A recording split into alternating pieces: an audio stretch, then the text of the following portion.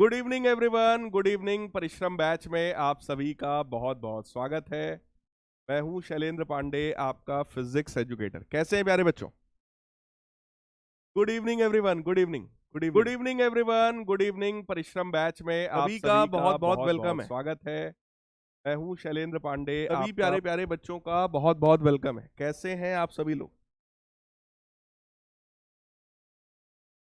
Batch में आप सभी का ऑडियो वीडियो एकदम चकाचक है भाई। माइंड मैप एनरोल कर लिया है चिंकू जी, बहुत बढ़िया। सभी लोग माइंड मैप सीरीज में खुद को एनरोल कर लेना भाई, एकदम फ्री में है। लो वॉइस है आप सभी लोग। वॉइस क्लियर नहीं आ रही है क्या? एक बैच मिनट में आप सभी का चेक कर ऑडियो वीडियो एकदम चकाचक है भाई। आओ भाई।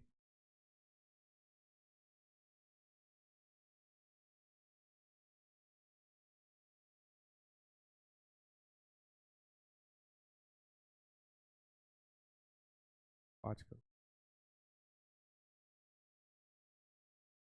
अब बेटा बताओ, अब वॉइस क्लियर एकदम सही है? अब सही आ रही होगी। अभी आवाज क्लियर आ रही है?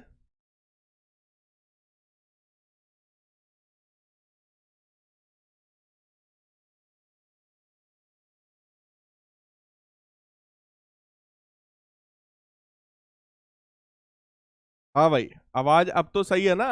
अब तो आवाज सही आ रही है। चलिए ठीक है भाई, ठीक है। तो सभी लोग माइंड मैप सीरीज में एनरोल कर लीजिए। एनसीईआरटी वाला चैनल पर माइंड मैप सीरीज आएगी, जिसमें आपको हर एक चैप्टर लगभग 45 मिनट्स में मैं वो चैप्टर को रिवाइज करा रहा हूँगा। ठीक है, तो वहां से आपको पूरा का पूरा चैप्टर आपका रिवाइज हो जाएगा। ठीक, तो उम्मीद करता हूं कल शिक्षक दिवस भी है, तो कल टीचर्स डे के ओकेशन पर पहला लेक्चर आप लोगों को मिल जाएगा, राइट, पहले चैप्टर का। हाँ भाई,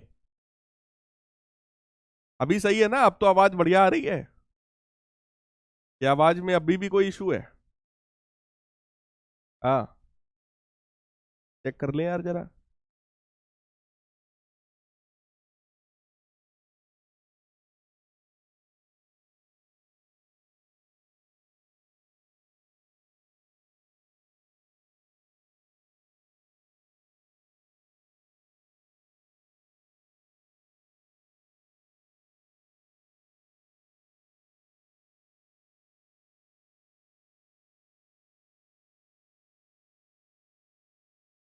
ठीक है बेटा, तो आज के इस सेशन में हम लोग क्या करने वाले हैं, ऑल्टरनेटिंग करंट को थोड़ा सा और आगे बढ़ाने वाले हैं। ठीक है, ऑल्टरनेटिंग करंट में 2 लेक्चर्स हम लोगों ने कर लिए थे। लास्ट लेक्चर में हम लोगों ने फेजर के बारे में पढ़ा था, फेजर डायग्राम के बारे में पढ़ा था। ठीक है, तो आज के सेशन में हम लोग क्या करने वाले हैं, alternating current circuit with resistance and inductance, यानी कि एलआर सर्किट। यानी कि यहां पर बेटा अब कॉम्बिनेशन होगा, एलआर सर्किट बोलो या आरएल सर्किट बोलो। आज हम लोग ये पढ़ने वाले हैं। ठीक, दूसरा है आपका आरसी सर्किट, यानी रेजिस्टेंस और कैपेसिटर का कॉम्बिनेशन। आरसी सर्किट के बारे में पढ़ेंगे। ठीक, तीसरा अगर टाइम बचा तो हम लोग सीरीज एलसीआर सर्किट भी पढ़ लेंगे, यानी कि इंडक्टर, कैपेसिटर और रजिस्टर, इन तीनों को अगर कंबाइन करके पढ़ना हो, और साथ ही साथ कुछ बढ़िया बेहतरीन से क्वेश्चंस भी हैं, वो क्वेश्चंस भी हम लोग को करने हैं, राइट। तो ये हमारा आज का पूरा शेड्यूल रहेगा कि आज क्या क्या चीजें हम लोग को कंप्लीट करना है। ठीक है, चलो सबसे पहले मैं आप लोगों को रिवाइज कराता हूं प्यारे बच्चों। किसी भी प्योरली रेजिस्टिव सर्किट में, किसी भी प्योरली रेजिस्टिव सर्किट में बोलो, करंट और ईएमएफ दोनों सेम फेज में होते हैं। Current and EMF are in same phase, दोनों ही सेम फेज में होते हैं। ये आप सबको आई होप याद होगा, मैंने कहा था। ठीक, ये आपका ईएमएफ है और सेम इतने ही एंगल पर करंट है, और एंगल कितना है, ओमेगा टी के बारे में। ठीक, ओमेगा टी, यस।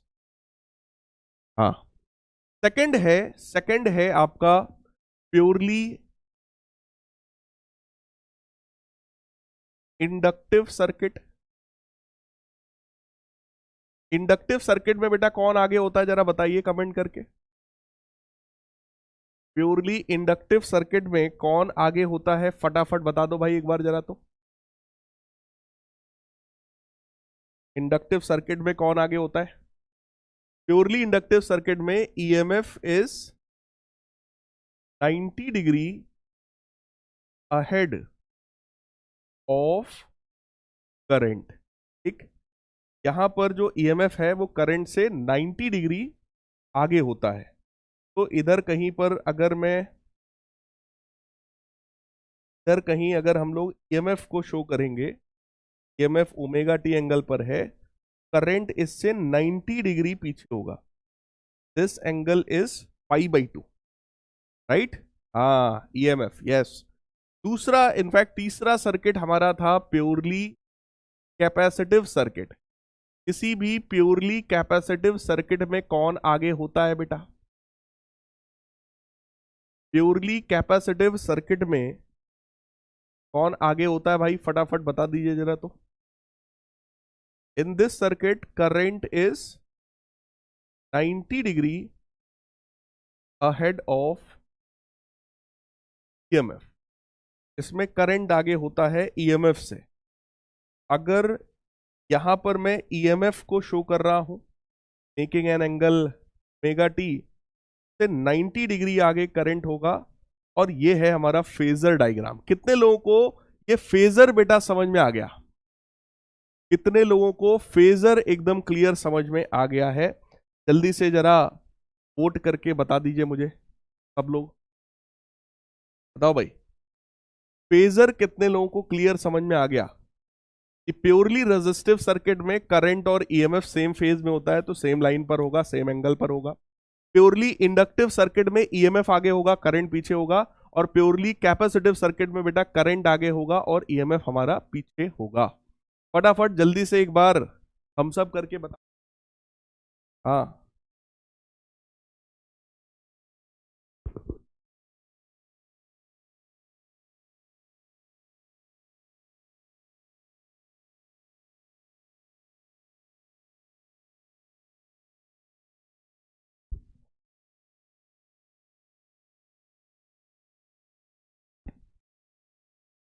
जल्दी से आंसर कर दीजिए, फिर आगे बढ़ते हैं।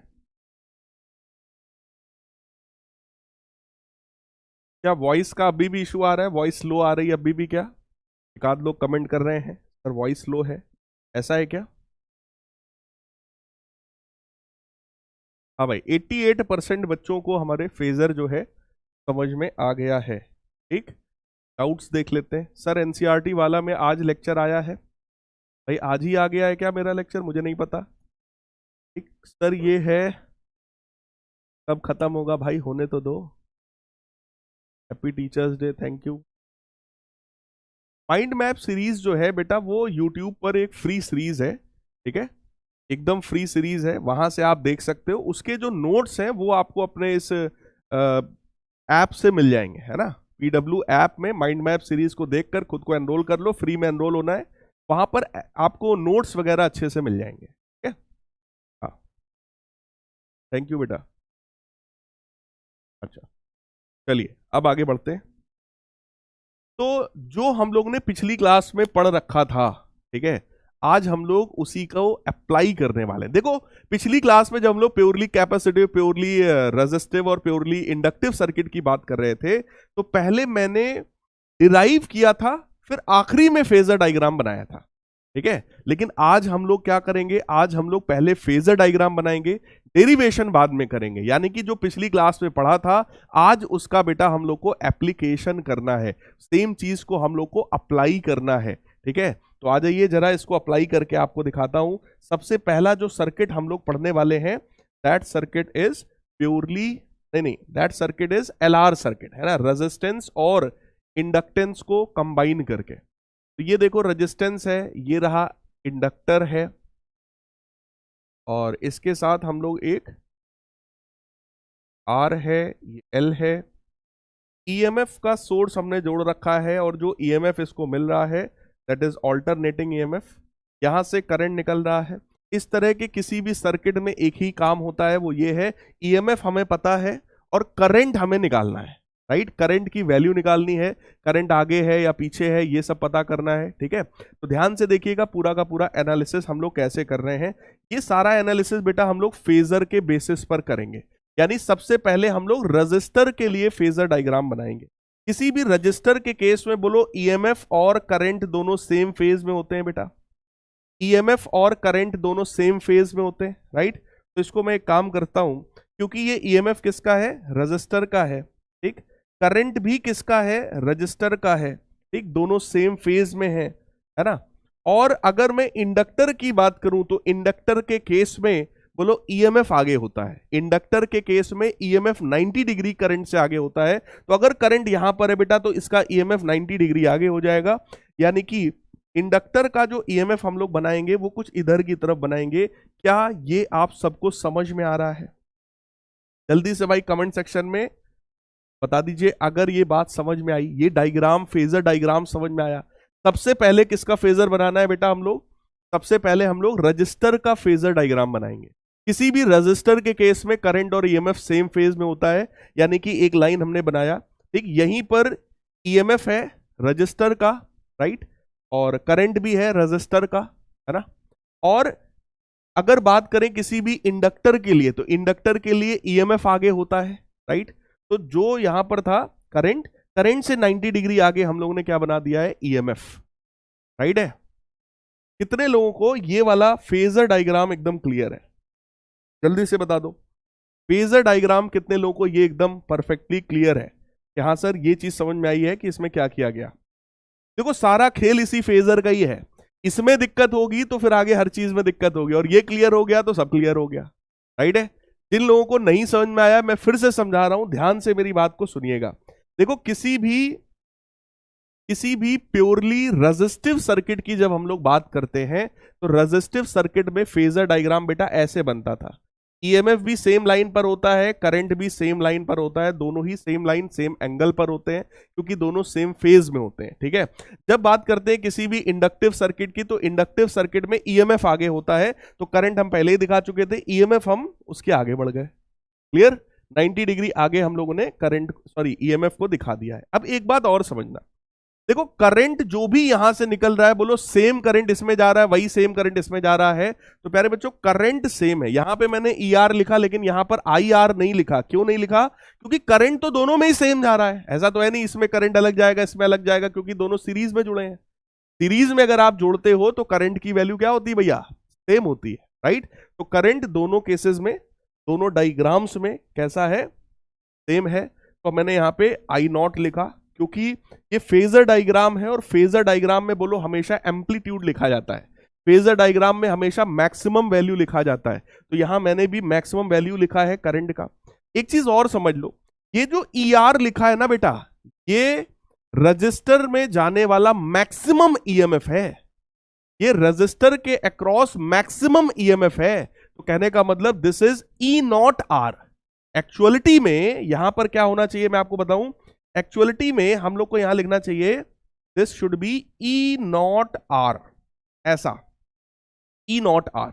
लेकिन बार बार ऐसा लिखते नहीं बनता है ना, बार बार ई नॉट आर, अभी आगे ई नॉट आर का स्क्वायर करना पड़ेगा, ई नॉट एल का स्क्वायर करना पड़ेगा, अंडर रूट लगाना पड़ेगा। तो ऐसा बार बार लिखने मतलब लिखना थोड़ा कंफर्टेबल कम रहता है, इसलिए हम लोग इसको ऐसा लिख देते हैं। बुक्स में भी आपको ऐसा लिखा मिल जाएगा। लेकिन इस ई आर का मतलब क्या है, this is the maximum EMF in register across register, right. ऐसे ही आप यहां देख सकते हैं this is maximum EMF across the inductor. क्या ये बात एकदम क्लियर है? क्या ये बात प्यारे बच्चों एकदम क्लियर है? ठीक है, चलो अब आगे बढ़ते हैं, एनालाइज करते हैं। देखो ईएमएफ हमें पता है और हमारा इंटरेस्ट करंट में है, ठीक है, कि करंट का आखिर क्या है। देखो एक चीज समझो पहले, ये वाला जो ईएमएफ है और ये वाला जो ईएमएफ है, यानी इसके अक्रॉस जो पोटेंशियल डिफरेंस है या ईएमएफ है, और इसके अक्रॉस जो पोटेंशियल डिफरेंस या ईएमएफ है, ठीक है, इन दोनों का वेक्टर सम कितने के बराबर है, ई नॉट के बराबर, ठीक है। यहां पर ईएमएफ को हम लोगों ने रोटेटिंग वेक्टर से रिप्रेजेंट किया बेटा। ईएमएफ को किससे किया है, रोटेटिंग वेक्टर से हम लोगों ने रिप्रेजेंट किया है, करंट को भी किया है, राइट। तो ईएमएफ, ईआर और ईएल, इन दोनों का जो रिजल्टेंट होगा that resultant is equal to E naught. जरा ध्यान से देखो, इसके पैरेलल मैंने यहां से लाइन बनाई और इसके पैरेलल में यहां से लाइन बनाऊंगा लाइक दिस। तो जरा रिजल्टेंट देखना, इसका और इसका रिजल्टेंट अगर हमें दिखाना होगा तो that resultant is like this, और ये रिजल्टेंट है बेटा ई नॉट। ठीक है, यानी कि इसके अक्रॉस ईएमएफ कितना था, ई आर के बराबर, इसके अक्रॉस कितना था, ई एल के बराबर। इन दोनों का रिजल्टेंट है ना ई नॉट, इन दोनों का वेक्टर सम है ना ई नॉट। तो मैंने भी क्या किया, इस ई एल और इस ई आर का क्या किया, वेक्टर सम किया। वेक्टर्स को ऐड करने का तरीका मैंने आप सबको स्टार्टिंग में ही सिखाया था, वो क्या होता है, दैट इज पैरेललोग्राम्स लॉ। तो ये देखो पैरेललोग्राम बनाया बेटा, इसके पैरेलल यहां से लाइन और इसके पैरेलल यहां से लाइन, एक पैरेललोग्राम हमने बनाया। तो पैरेललोग्राम का ये जो डायगोनल होता है यही रिजल्टेंट है। और ई नॉट का एंगल कितना है प्यारे बच्चों, ओमेगा टी। ई नॉट का एंगल भैया कितना है, ओमेगा टी। तो this complete angle is omega t. अब इस डायग्राम को ध्यान से देखो, इस वाले फेजर डायग्राम को ध्यान से देखो और मेरे को कमेंट करके बताओ, ईएमएफ आगे है या करंट आगे है, नेट ईएमएफ आगे है या करंट आगे है, फटाफट बता दीजिए, फटाफट कमेंट करके अब बता दो। इस वाले फेजर डायग्राम को देख करके ईएमएफ आगे है या करंट आगे है, बताओ जल्दी से। Priyam Pandey, very good very good. कौन आगे है भाई, ईएमएफ आगे है, राइट। अगर ईएमएफ ओमेगा टी एंगल बना रहा है ना, ईएमएफ के पीछे कौन है, करंट है। करंट का एंगल देखो कंपैरेटिवली कम है, यानी एक बात अपने को समझ में आ गई कि सर ईएमएफ आगे चल रहा है और करंट पीछे चल रहा है। तो करंट की वैल्यू अगर हमें लिखना है तो वो वैल्यू क्या हो जाएगी, आई बराबर I naught sine sine omega t. अब एक चीज जरा समझो, करंट और ईएमएफ को अगर मैं चेक करूं तो दोनों में कितने एंगल का डिफरेंस है बेटा, दोनों में बोलो इतने एंगल का डिफरेंस है, ये एंगल का। इस एंगल को एक नया नाम मैं दे रहा हूं फाई, राइट। इस एंगल को क्या नाम दिया जा रहा है, फेज डिफरेंस फाई। जरा चेक कर लो, क्या इसको हम लोग ऐसा लिख सकते हैं, करंट को बेटा ऐसा लिख सकते हैं, करंट की जो वैल्यू है that is I not, maximum value current की आई नॉट है। और करंट का एंगल चेक करो, ये वाला एंगल होता है ना, ये एंगल कितना होगा, that is omega t minus pi. Clear, इसको देखकर साफ पता चल रहा है कि ईएमएफ करंट से फाई एंगल आगे है। ईएमएफ जो है वो करंट से फाई एंगल प्यारे बच्चों आगे है, राइट। ये वैल्यू यहां पर करंट की आ गई। अब मैटर ये है, देखो यही तो हमारा काम था कि ईएमएफ हमें पता था और हमें करंट का एक्सप्रेशन निकालना था। पिछले लेक्चर में याद करो, यही काम हम लोगों ने किया था पूरे लेक्चर में, राइट। ये करने के बाद फेजर डायग्राम बनाया था। आज हमने सर्किट को देखते ही पहले क्या बनाया, फेजर डायग्राम। फेजर डायग्राम को देखते ही हमने तुरंत करंट की वैल्यू लिख दी। अब सिर्फ हमारा काम यह है कि अगर मेरे को आई नॉट की वैल्यू मिल जाए, भाई आई नॉट क्या चीज है, और ये फाई मिल जाए, ये फाई आखिर कितना है, तो हमारा काम पूरा हो गया, राइट। करंट ही निकालना था। करंट में दो दो चीजें ऐसी हैं जो अननोन है हमारे लिए। ओमेगा तो हम जानते हैं 2 पाई एफ होता है, राइट। ओमेगा यहां पर भी गिवन था, तो ओमेगा से हमें प्रॉब्लम नहीं है, हमको आई नॉट पता होना चाहिए और हमको पाई पता होना चाहिए। तो कैसे देखो वैल्यू निकालेंगे हम लोग, जरा इस वाले ट्रायंगल को देखो, इस वाले ट्रायंगल को देखो। इस वाले ट्रायंगल में अगर हम लोग tan फाई अप्लाई कर दें, पहले मैं फाई की वैल्यू आपको दिखा रहा हूं। tan फाई अगर मैं अप्लाई कर दूं बेटा, tan फाई क्या होता है, परपेंडिकुलर अपॉन बेस। परपेंडिकुलर कितना होगा बेटा, अगर ये EL है तो ये भी क्या होगा, EL, बोलो यार। और ये बेस है, ये बेस कितने के बराबर था, ER। तो tan फाई की वैल्यू बेटा कितनी हो गई, EL upon ER। tan phi की वैल्यू बेटा कितनी हो गई, EL upon ER, right. EL की वैल्यू अगर मैं लिखूं तो EL का मतलब है I नॉट XL और ER का मतलब है I naught R। I naught से I नॉट कैंसिल हो गया। tan फाई का हमारा फॉर्मूला निकल करके आया XL divided by R। tan phi का बेटा फॉर्मूला क्या निकल करके आया, XL डिवाइडेड बाई R। क्या ये छोटा सा डेरिवेशन आपको समझ में आ रहा है? यहां पर सिंपली tan फाई निकाला इस वाले ट्रायंगल से। tan फाई जैसे लगाओगे परपेंडिकुलर अपॉन बेस, परपेंडिकुलर भैया कितना है, इतने के बराबर, ये क्या है, EL के बराबर, और बेस कितने के बराबर था, ER के बराबर। ठीक, EL क्या था, that was the maximum EMF across inductor, तो that is I naught XL, और ER क्या है, maximum EMF across resistor, that is I naught R, I naught से I नॉट कट गया, XL बटे R, that is the value of tan phi. Right, ठीक है भाई। अच्छा सर, ये भी समझ में आ गया सर।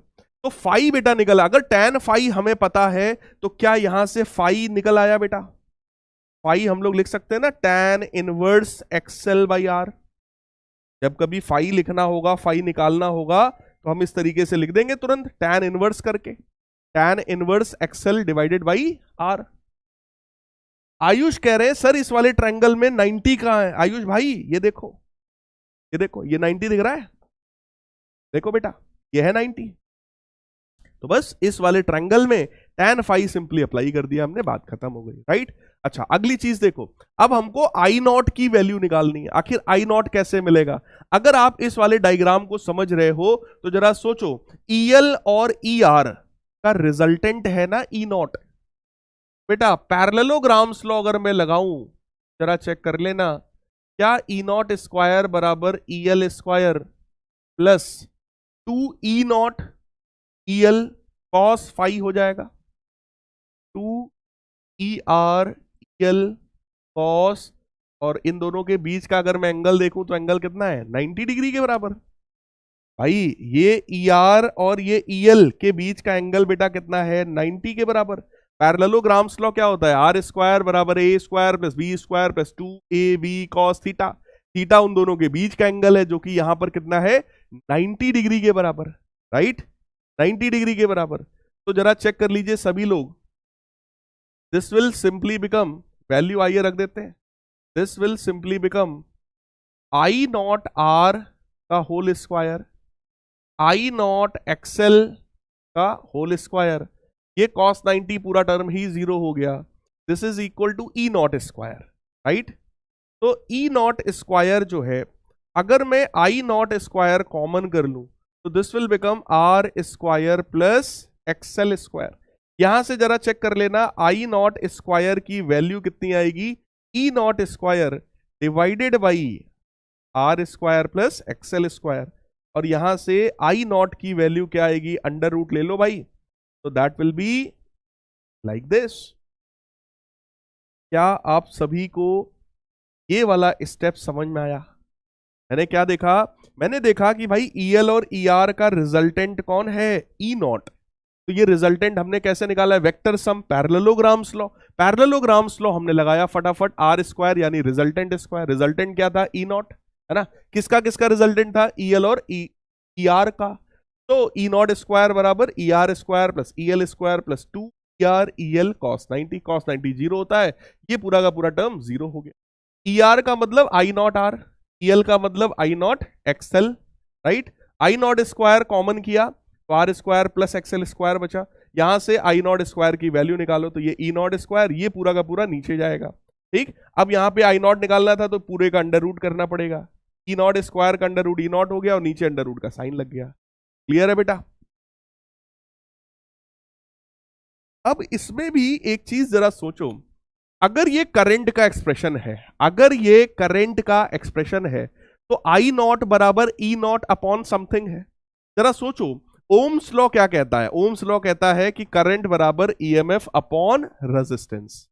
करंट बराबर क्या होता है, EMF अपॉन रेजिस्टेंस, है ना। यानी कि ये नीचे जो भी लिखा हुआ है, ये जो चीज है, ये कुछ रेजिस्टेंस टाइप की चीज होनी चाहिए, है ना, ये कुछ रेजिस्टेंस टाइप की चीज होनी चाहिए। लेकिन रेजिस्टेंस वर्ड तो सिर्फ रजिस्टर के लिए लिखा जाता है, तो यहां पर एक नया नाम हम लोग देंगे, और वो नया नाम है इंपीडेंस।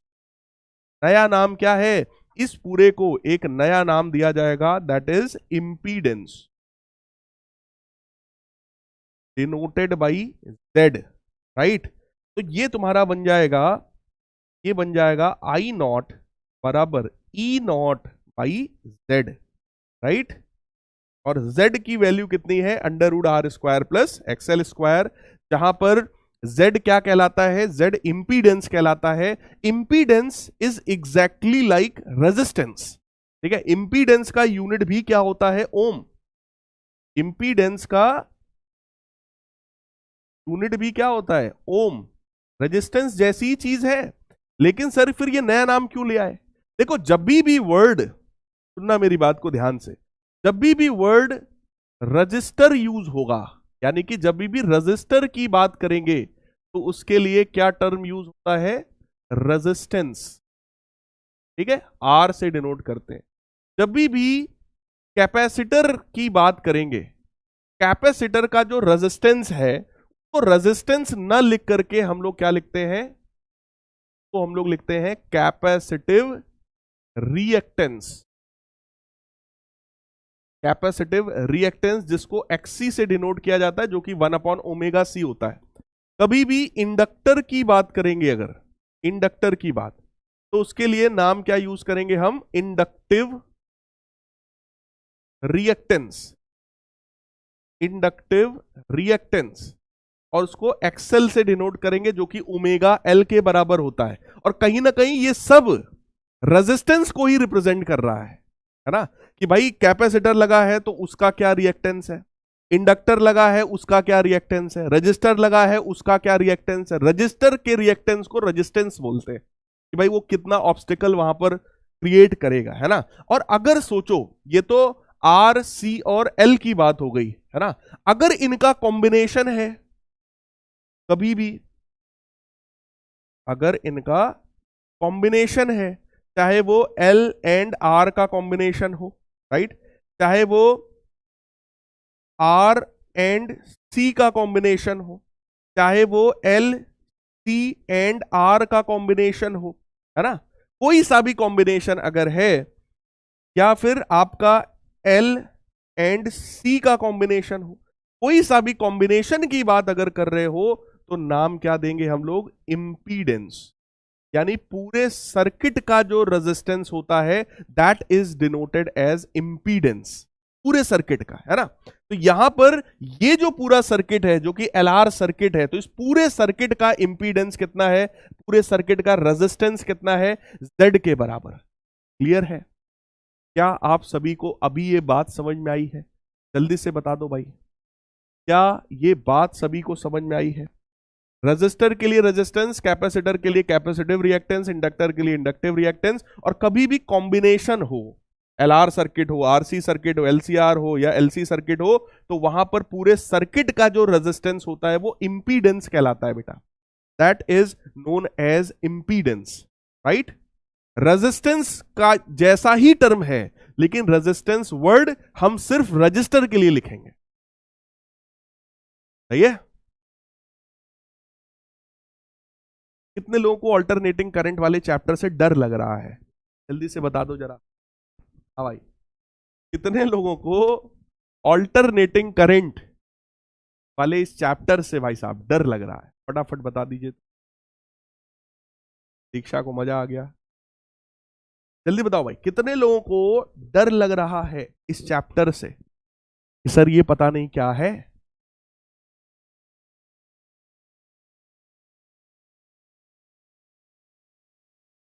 है ना भाई, देखो, डर के आगे जीत है। डरने की कोई जरूरत नहीं है, आपको हर एक चीज सिखा रहे हैं। गारंटी है मेरी, जब तक ये चैप्टर खत्म होगा, अगर आप ध्यान से मेरी बातों को सुनते हो, आप मेरे लेक्चर को शुरू से आखिरी तक अटेंड करते हो, इस चैप्टर के सारे लेक्चर्स अगर आप अटेंड करेंगे, तो ये मेरी गारंटी है बेटा, जब तक ये चैप्टर खत्म होगा, तब तक आप सब खुद ही कमेंट करके बोलेंगे कि सर एकदम बिंदास, मजा आ गया। जैसे बाकी चैप्टर्स बढ़िया है, वैसे ये वाला चैप्टर भी सर एकदम बढ़िया है, राइट। देखो, ये चैप्टर थोड़ा सा नए टाइप का चैप्टर है, मेरे को पता है, लेकिन जिस तरीके से मैं पढ़ा रहा हूं, तरीका बड़ा प्यारा है, यूनिक है ना। इससे आपको कभी भी डाउट नहीं होगा, कभी भी डाउट नहीं होगा, क्वेश्चन कभी भी गलत नहीं होगा। सिर्फ लेकिन आपको रेगुलर रहना पड़ेगा भाई, हाँ, शुरू से आखिरी तक सब कुछ देखना पड़ेगा, सब कुछ समझना पड़ेगा। रिवीजन भी कराएंगे अभी, इसके क्वेश्चंस खूब करने हैं हम लोगों को, राइट। तो देखो,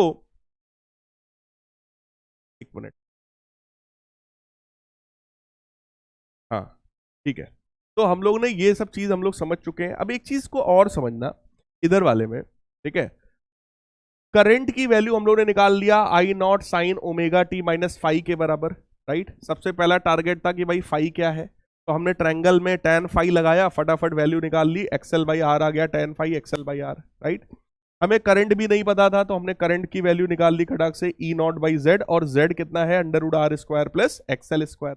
देखो अगर ये हमारा डीसी सर्किट होता, अगर ये डायरेक्ट करंट का सर्किट होता और वहां पे 2 रजिस्टर लगे होते, 2 ओम का और 3 ओम का, और हमसे कहा जाता कि बेटा नेट रेजिस्टेंस बताओ, तो हम तुरंत बोल देते 5 ओम। भाई 2 ओम है, ये 3 ओम है, तो नेट रेजिस्टेंस बेटा कितना आता है 5 ओम। लेकिन यहां पर पूरे सर्किट का नेट रेजिस्टेंस अगर कोई पूछे, तो हालांकि नेट रेजिस्टेंस तो वो वर्ड यूज करेगा नहीं, वो इंपीडेंस यूज करेगा। पूरे सर्किट का अगर इंपीडेंस मैं आपसे पूछूं, तो वो इंपीडेंस कितना होना चाहिए, that is under root R square plus XL square. तो ये बात ध्यान रखिएगा सब लोग, राइट। अच्छा एक चीज और समझो, ये वाला जो ट्रायंगल है, इसी वाले ट्रायंगल को मैं बना रहा हूं इधर, देखना राइट एंगल ट्रायंगल है भैया, उसी वाले ट्रायंगल को मैं बना रहा हूं। उसका ये वाला एंगल मैंने फाई मान रखा है, मैं भी देखो ये वाला एंगल फाई था। सामने वाली जो साइड है वो ईएल थी, और नीचे वाली साइड जो है वो ईआर थी, है ना। तो सामने वाली साइड को ईएल की बजाय मैं क्या लिख रहा हूं एक्सएल, और ईआर की बजाय मैं क्या लिख रहा हूं सिर्फ आर। यानी कि मैं सिर्फ और सिर्फ किसकी बात कर रहा हूं, रेजिस्टेंसेस की, है ना। भाई सर्किट 2 चीजों का था ना, एल आर सर्किट, इंडक्टर था और रेजिस्टर था, 2 ही चीजें थी सर्किट में, है ना। तो बेटा इंडक्टर का जो रिएक्टेंस था एक्सएल, और रेजिस्टर का जो था एक्सी, है ना। और ध्यान से देखो tan फाई की वैल्यू एक्सएल बटे आर भी आई थी, tan फाई की वैल्यू एक्सएल बटे आर भी आई थी, है ना। तो ये जो ट्रायंगल बन गया, इस ट्रायंगल को नाम दिया जाता है इंपीडेंस ट्रायंगल, क्योंकि ये ट्रायंगल ऐसा है जो कि इस पूरे सर्किट में जो जो रेजिस्टेंसेस हैं, ये केवल उन रेजिस्टेंसेस को रिप्रेजेंट कर रहा है। और साथ ही साथ सोचो, ये जो हाइपोटेनस है, यही मेरे प्यारे बच्चों क्या होगा, जेड होगा। ये जो हाइपोटेनस है यही जेड है। और यहां से आप देखो, आपको दोनों फॉर्मूले तुरंत मिल रहे हैं, कौन कौन से, tan फाई की वैल्यू कितनी है एक्सएल बटे आर, और जेड हमारा कितना हो गया बेटा, अंडर रूट के अंदर पाइथागोरस लगाओ, अंडर रूट के अंदर R square plus XL square, right. और अगर मैं आपसे यहां से पूछ दूं कि भाई कॉस फाई बता दे जरा कितना है, कॉस फाई कितना होगा, तो बेटा कॉस फाई की वैल्यू जरा बता दो फटाफट, कॉस फाई कितना है, बेस अपॉन हाइपोटेनस, यानी कि कॉस फाई हो जाएगा R by Z. Cos phi का एक इंपॉर्टेंट रोल है, इसलिए मैंने कॉस फाई आपको बताया है ना। tan फाई हो गया कॉस फाई, साइन फाई का कोई इंपॉर्टेंट रोल यहां फिलहाल नहीं है, इसलिए अभी हम उसकी बात हम लोग नहीं कर रहे हैं। बाकी साइन फाई अगर कोई पूछे तो साइन फाई भी आप बता ही सकते हो, कोई बहुत बड़ी बात तो है नहीं। साइन फाई कितना हो जाएगा, that will B XL by Z, लेकिन उसका कुछ इंपॉर्टेंट रोल नहीं है, इसलिए मैं उसकी बात आपसे नहीं कर रहा हूं। क्लियर है भाई। तो ये जो ट्रायंगल होता है जिसमें सिर्फ रेजिस्टेंसेस को दिखाया जाता है, that triangle is known as impedance triangle, ठीक है। हाँ निशांत कह रहे हैं सर बात समझ में आई है, कुछ सर क्वेश्चंस करवा देते तो मजा आ जाती। तो भाई आ जाओ, तो पहले हम वो सब सोच के आते हैं इस टॉपिक में हमें कहां पे क्या कराना है ना। तो आ जाइए, आपको पहले कुछ धुआंधार क्वेश्चंस करवा देते हैं, फिर आगे टॉपिक्स में बढ़ेंगे। तो आपके सामने एक क्वेश्चन है, कह रहे हैं when an inductor L and resistor R in series are connected across 12 volt 50 hertz supply. ठीक है, हमसे कह रहे हैं कि भैया एक रजिस्टर है, इंडक्टर है, किसी ऑल्टरनेटिंग करंट के सोर्स से जोड़ा गया होगा, 12 वोल्ट 50 हर्ट्ज ये सप्लाई है, current of 0.5 ampere flows in the circuit. एक चीज बेटा बताओ, 0.5 एम्पियर का करंट फ्लो हो रहा है, तो क्या हम ऐसे लिख देंगे 0.5 एम्पियर करंट फ्लो हो रहा है? बताओ भैया, ये ऑल्टरनेटिंग करंट का सर्किट है, तो ये बेटा कौन सा करंट होगा? ये कौन सा करंट है प्यारे बच्चों? This is RMS value of current. जो भी कांस्टेंट वैल्यू दी जाती है वो कौन सी वैल्यू होती है? RMS value, right. ये आरएमएस वैल्यू है। कह रहे हैं the current differs in phase from the applied voltage by pi by 3 radian. हमसे कह रहे हैं जो करंट है वो वोल्टेज के साथ पाई बाई 3 रेडियन के फेज डिफरेंस पर है। तो फेज डिफरेंस यानी कि फाई, आप लोगों को फाई की वैल्यू दी गई है, यहां पर फाई की वैल्यू दी गई है, फेज डिफरेंस कितना है पाई बाई 3।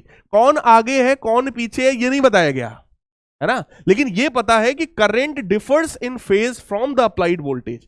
कह रहे करंट अप्लाइड वोल्टेज से पाई बाई 3 फेज डिफरेंस पर है, आगे भी हो सकता है पीछे भी हो सकता है। फिलहाल फाई की वैल्यू पाई बाई 3 है। कह रहे calculate the value of R. इस रेजिस्टेंस की वैल्यू आप मेरे को बता दो, ये हमारा क्वेश्चन। आपके सामने क्वेश्चन का सारा डेटा मैंने दे दिया है ना। जरा प्यारे बच्चों सॉल्व करने की कोशिश करो सब लोग जरा। तो कैसे सॉल्व करोगे? ए बी सी डी ये 4 ऑप्शंस आपके पास है, राइट?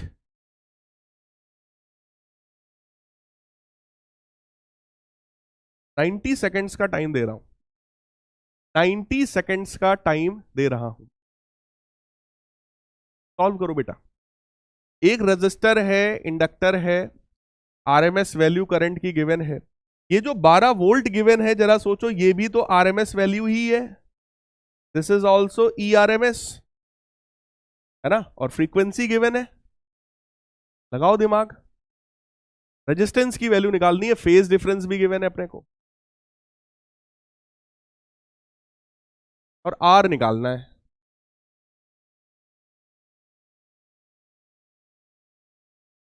जल्दी से बता दो भाई।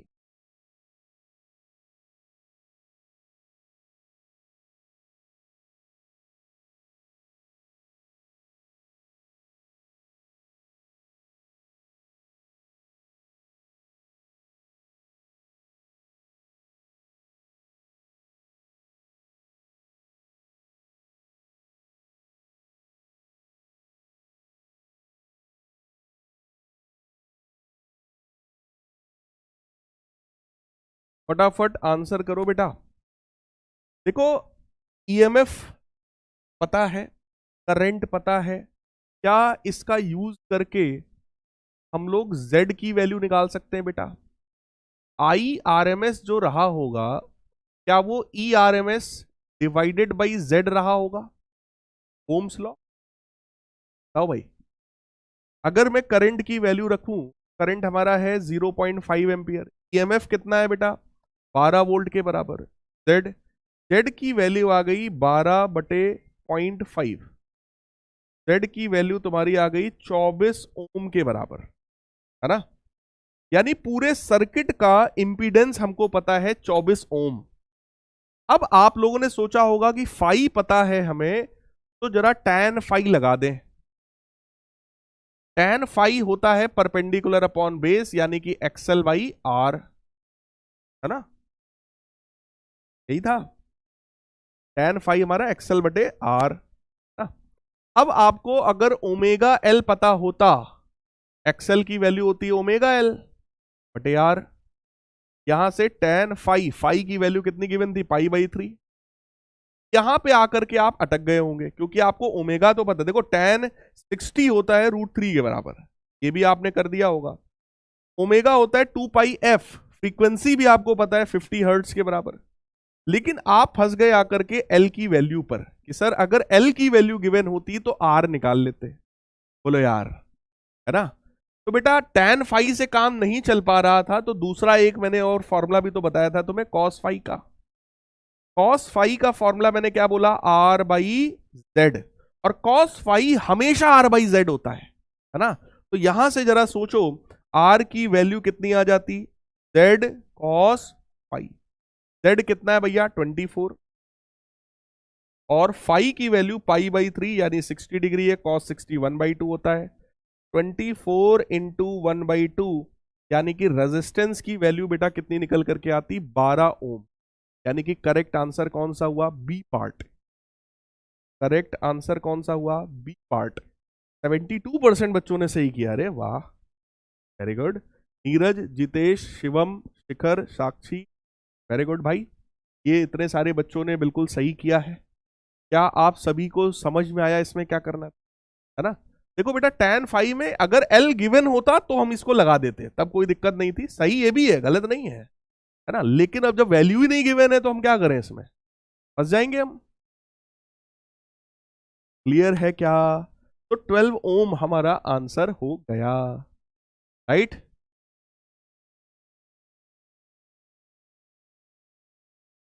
हाँ, चलिए ठीक है।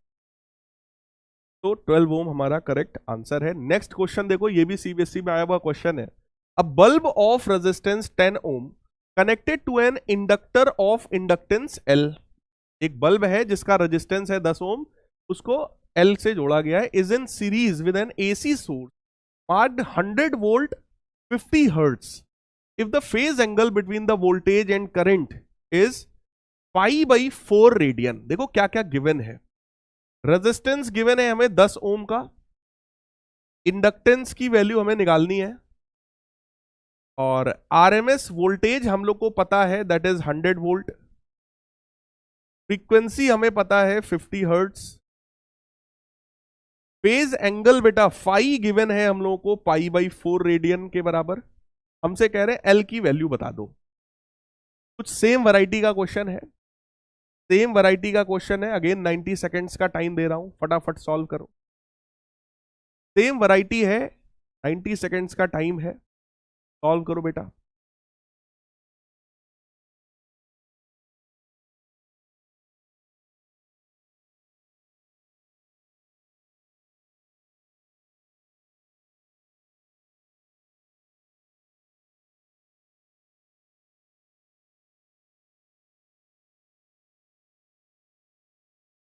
भाई चैट में जितने लोग बातचीत में लगे हो, जरा क्वेश्चन सॉल्व कर लो।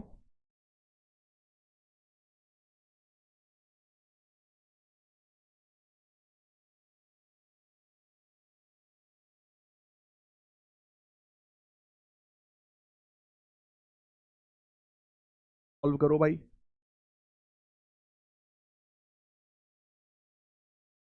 देखो इस बार आर और एल दोनों की बात कर रहा है ना?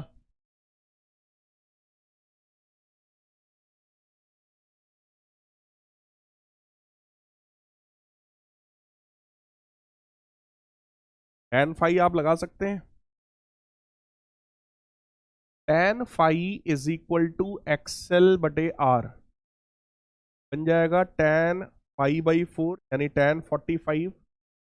एक्सएल है ओमेगा एल, और आर गिवन है 10 ओम के बराबर। tan फाई 1 होता है, इसको 2πf लिखा जा सकता है। फ्रीक्वेंसी कितनी है भाई, 50 hertz. πf l divided by 10, 0 0 cancel होगा। एल की वैल्यू आ गई 1/10 पाई, 1/10 पाई। पाई होता है 3.14, बनेगा 31.4, राइट। अब खाली इसको करना है हमें डिवाइड, 31 पॉइंट डिवाइड करेंगे, एल की वैल्यू आएगी 0.0318, 0.0318 henry. This should be the value of L. देखते हैं कौन सी वैल्यू है। Yes, second option. Again B part आपका बिल्कुल सही है बेटा, बी पार्ट आपका बिल्कुल सही है। 36% बच्चों ने सही किया यार, 44% ने सी लगा दिया। ऐसा क्यों भाई? हर्ष राठी, विक्रम, महक, मनीषा, अभिषेक, वेरी गुड वेरी गुड। समझ में आया कि नहीं आया आप लोगों को? समझ में आया या नहीं आया प्यारे बच्चों? जल्दी से बता दो भाई। फॉर्मूला वही है तुम्हारा, tan फाई एक्सएल बटे आर होता है, बस एक ही फॉर्मूले से काम चल गया। ठीक है,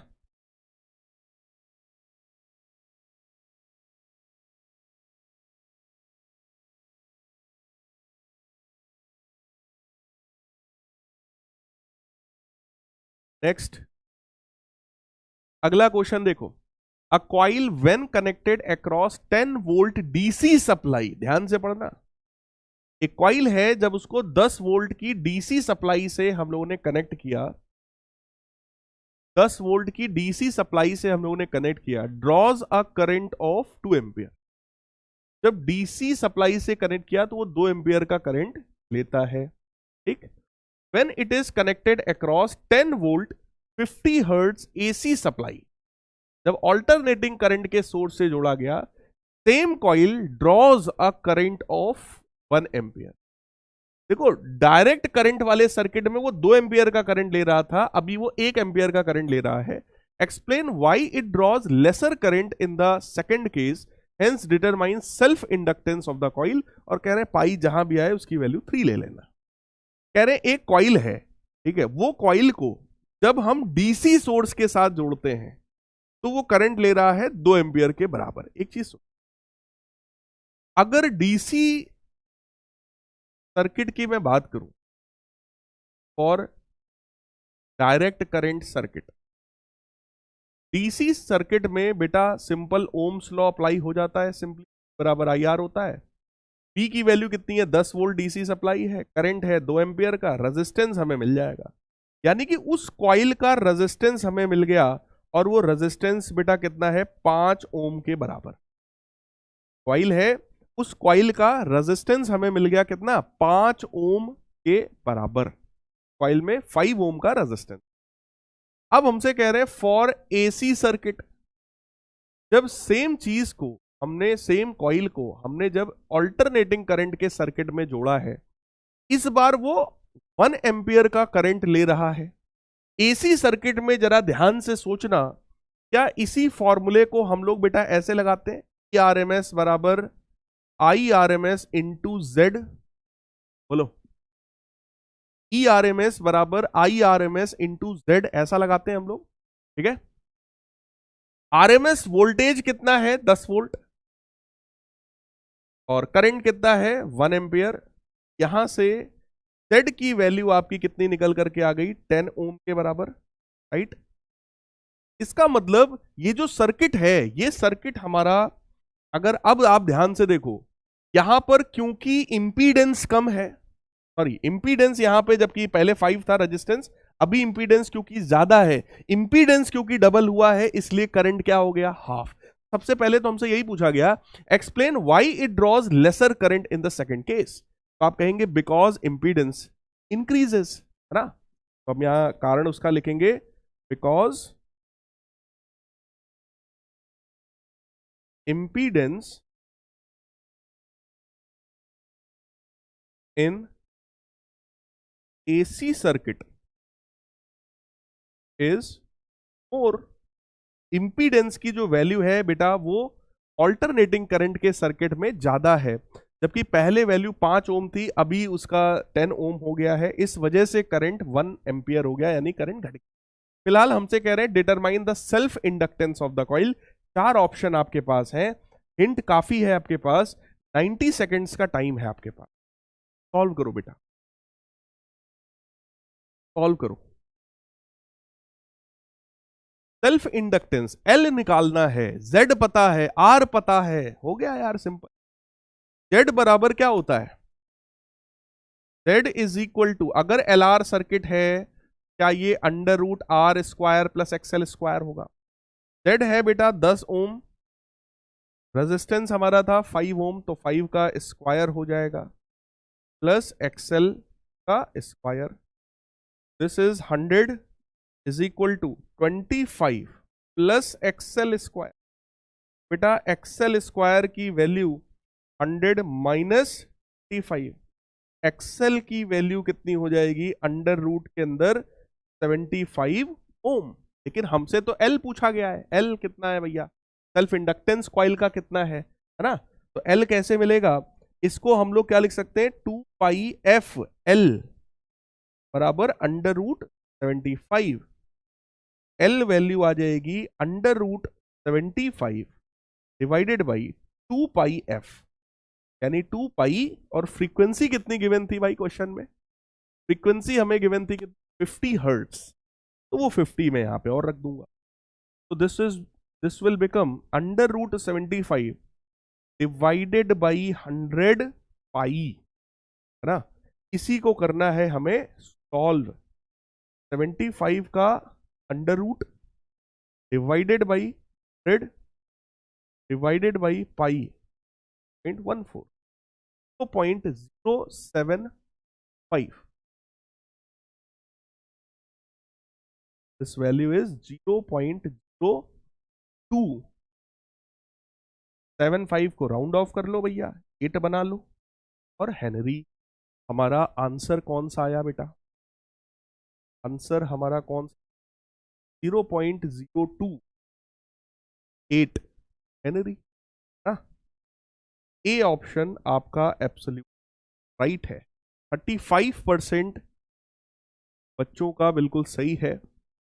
बहुत सारे लोग देखो एकदम ऐसे ही ताजा मार रहे हैं। शिवम, जीतेश, साइली, रिकेश, उत्कर्ष, सभी का सही है। देखो जितने लोगों को समझ में आ गया जल्दी से जरा एक बार हार्ड स्पैम कर दो यार। जितने लोगों को समझ में आ गया है फटाफट एक बार हार्ड स्पैम कर दीजिए, फटाफट हार्ड स्पैम कर दीजिए।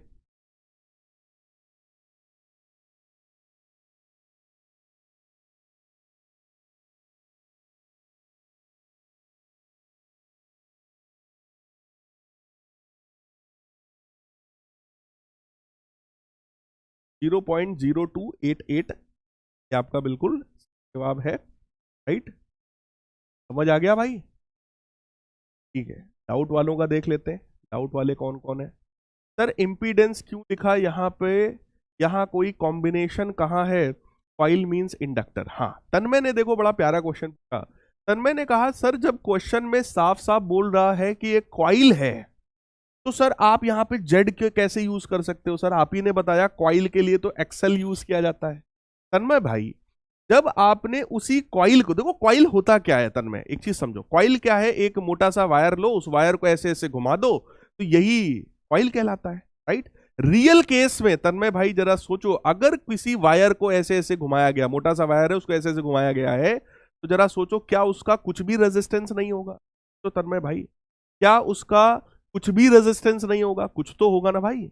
और वो रेजिस्टेंस क्वेश्चन में इनडायरेक्टली बोला भी गया, कह रहे हैं कि जब इसको डायरेक्ट करंट से जोड़ा गया तो करंट कितना आया है? 2 एम्पियर का।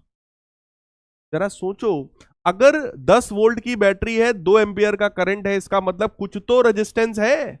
वो रेजिस्टेंस कितना है? 5 ओम के बराबर। यानी कि ये कॉइल ऐसा है जिस कॉइल का अपना रेजिस्टेंस भी है और उसी कॉइल का अपना इंडक्टेंस भी है। यानी सेम कॉइल में आर भी है और सेम कॉइल में एल भी है। क्या अभी आपको समझ में आया भाई साहब? बोलो तन्मय बेटा, अभी समझ में आया? टिंकू कह रहे हैं सर जेड के केस में हमेशा करंट लेस मिलता है क्या? हाँ बिल्कुल, क्योंकि जेड जो होता है वो under root R square plus XL square के बराबर है ना। और जरा सोचो, यहां पर केवल आर था, यहां पे आर स्क्वायर के साथ एक्सएल स्क्वायर भी जोड़ा जा रहा है, या एक्सी स्क्वायर भी जोड़ा जाएगा अभी आगे, राइट। इस वजह से ये जो जेड होता है इसके केस में करंट थोड़ा कम ही होगा। अगर ये एक्सएल 0 हो जाए, अगर ये एक्सएल 0 हो जाए तो जेड बराबर आर हो जाएगा, क्योंकि इस केस में होता है यहां पर, राइट। तो वहां पर करंट आपका सेम आ जाएगा, अदरवाइज करंट कम ही रहेगा। अमन कह रहे हैं सर एल क्या होता है? बेटा लास्ट चैप्टर में जाओ, इलेक्ट्रोमैग्नेटिक इंडक्शन, उस चैप्टर को एक बार अच्छे से देखो। कह रहे हैं सर पुराने चैप्टर करे हुए रिवाइज नहीं हो पाते, क्या करें सर? भाई देखो, जो पढ़ने वाले बच्चे हैं वो तो सब रिवाइज कर रहे हैं, ठीक है। बाकी यार जो नहीं उतना मन से पढ़ते हैं उनका तो वैसे भी कुछ नहीं। एक चीज आप समझो, आपके स्कूल में जो टेस्ट कराए जा रहे हैं, पीडब्ल्यू में, यहां भी हम लोग हर 15 दिन में आपका एक टेस्ट लेते हैं, राइट। वो टेस्ट क्यों लिया जाता है? ताकि आप प्रीवियस चैप्टर्स को एक बार रिवाइज कर सकें। किसी भी टेस्ट को, अपने स्कूल के किसी भी पेपर को हल्के में लेकर कभी भी नहीं जाना चाहिए। वो आपको एक अपॉर्चुनिटी देता है रिवाइज करने की, तो आप रिवाइज करिए और फिर टेस्ट दीजिए, पेपर दीजिए, अपने आप सब रिवाइज होता रहेगा आपका। और अगर आप टेस्ट को हल्के में लेके दे रहे हो कि अरे छोड़ो यार क्या करना है, लाओ लगा दो टिक, ऑब्जेक्टिव ही तो है, तो बेटा फिर गड़बड़ है मामला। जो ईमानदारी से करता है वो सब रिवाइज कर रहा है बेटा। बहुत सारे बच्चे मेरे को इंस्टाग्राम पे पर्सनली मैसेज करते हैं, सर सब बहुत सही चल रहा है, बार बार आप लोगों ने देखा भी होगा मैं पोस्ट भी कर देता हूँ, ठीक है, जब जब समय मिलता है मैं लगा दिया करता हूँ जो जो बच्चे मैसेज करते हैं। तो कहने का मतलब क्या है, बहुत सारे हजारों की संख्या में बच्चे हैं जो पर्सनली पूरा पहले तो सॉल्व भी कर रहे हैं और वो जब उनको मन होता है तो अपना बताते भी हैं। कहने का मतलब ये है कि आप अगर करोगे प्रैक्टिस रेगुलर बेसिस पे, ईमानदारी से रिवीजन करते रहोगे तो काम सही रहेगा। Sir what is phasor diagram and use of it? कुछ बेटा, फेजर डायग्राम एक तरीका है ईएमएफ और करंट दोनों को एक साथ रिप्रेजेंट करने का। फेजर डायग्राम के थ्रू ये पता चलता है कि भाई ईएमएफ आगे है या करंट आगे है, दोनों में फेज डिफरेंस क्या है, ठीक है, ये फेजर डायग्राम है। और पिछली क्लास में फेजर डायग्राम ही पढ़ाया, अगर नहीं देखा था तो देखो। सर आई को आईआरएमएस क्यों लिखा, तन्मय कह रहे हैं भैया वो आईआरएमएस ही है। अगर क्वेश्चन में बोल रहा है 10 वोल्ट 50 हर्ट्ज, तो ये तो अल्टरनेटिंग वोल्टेज है ना, ये वोल्टेज कांस्टेंट कैसे हो सकता है, ये तो लगातार चेंज होता है। और अगर वैल्यू कांस्टेंट गिवन है इसका मतलब ये कौन सी है, ये आरएमएस वैल्यू। क्वेश्चन में इस तरह का जो भी डेटा दिया जाता है वो आरएमएस होता है, ये बात ध्यान रखना। सर इंडक्टर एक्सएल होगा और एल से, पता नहीं क्या लिखा है यार, तुम लोग क्या लिखते हो।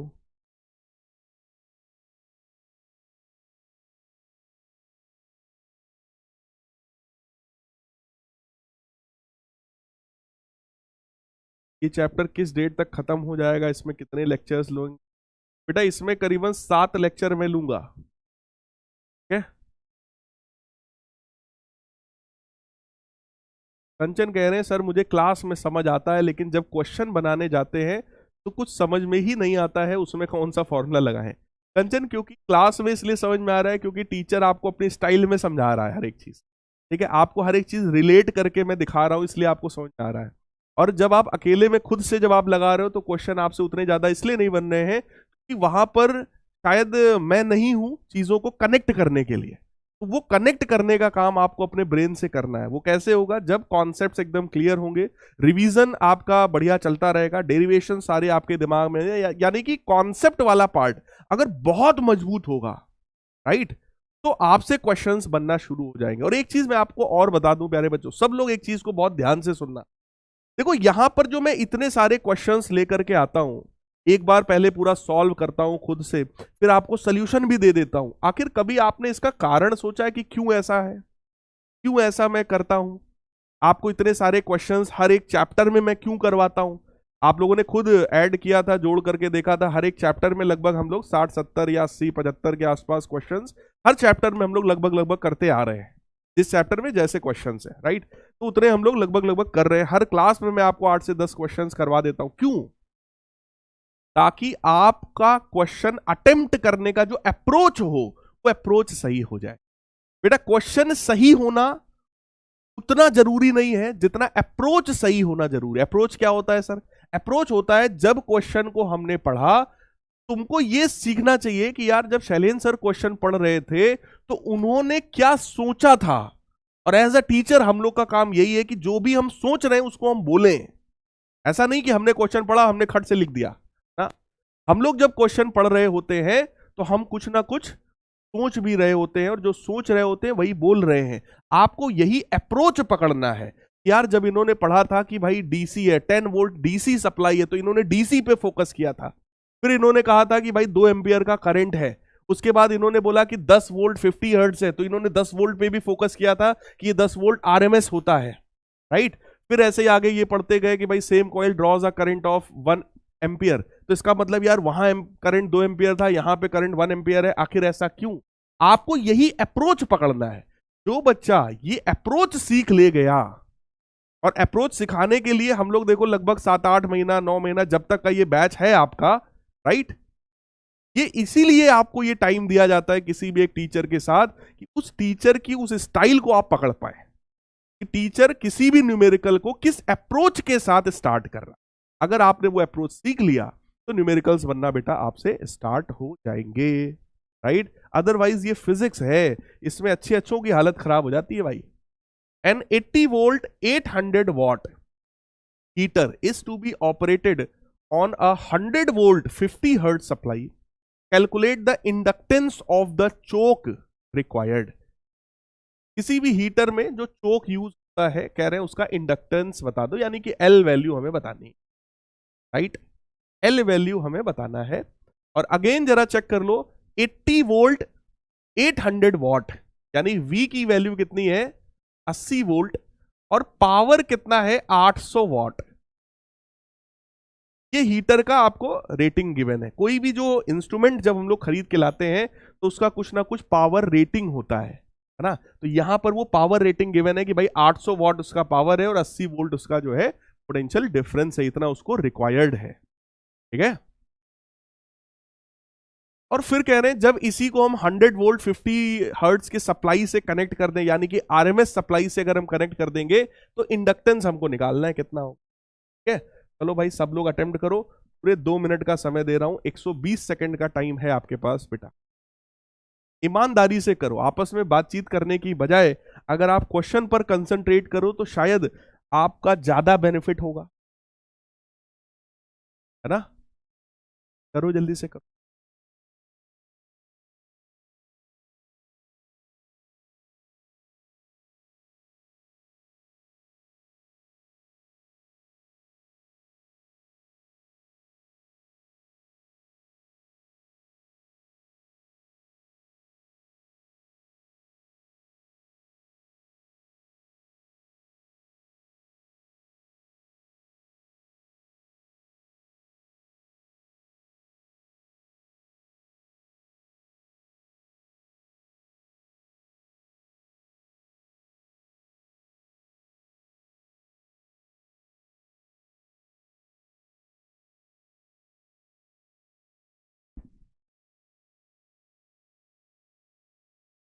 देखो एक फॉर्मूला आप सबको पता है, P बराबर वी आई, मैं हिंट दे रहा हूं थोड़ा थोड़ा सा। बराबर वी आई आप सबको पता होगा, right. 800 watt is equal to 80 in I. Current की वैल्यू बेटा कितनी आ गई 10 एम्पियर के बराबर, ठीक। और P बराबर आई आर होता है, 80 वोल्ट है और करंट 10 एम्पियर है।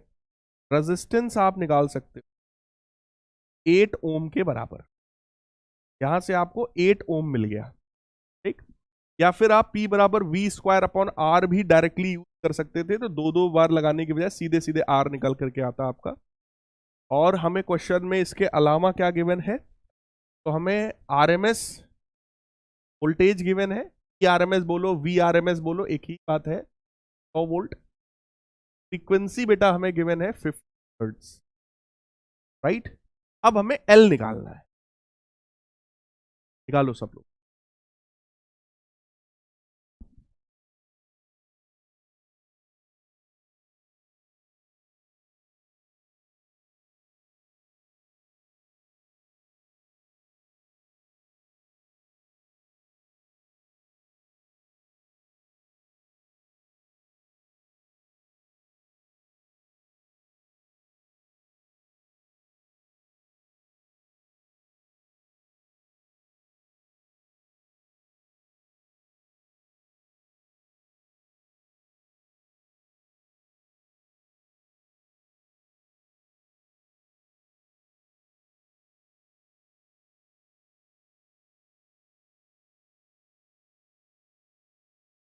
ठीक है, इसके बाद का काम देखो यार, करंट पता है, रेजिस्टेंस पता है, ईएमएफ पता है, तो हम लोग लिख सकते हैं ना I R M S equal to R M S divided by Z.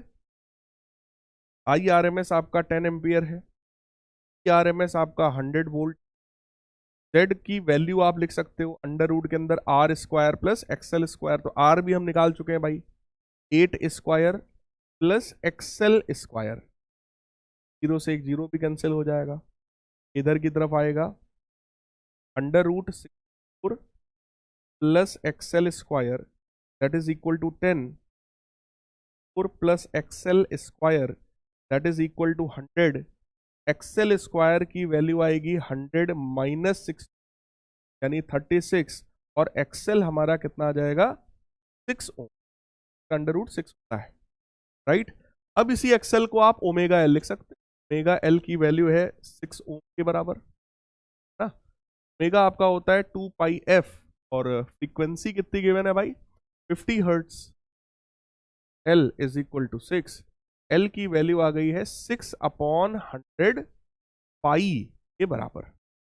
6/100 पाई को आइए solve, 6 divided by 100 divided by 3/4, value तुम्हारी आ जाएगी सॉल्व होकर के 2.219 हेनरी, राइट।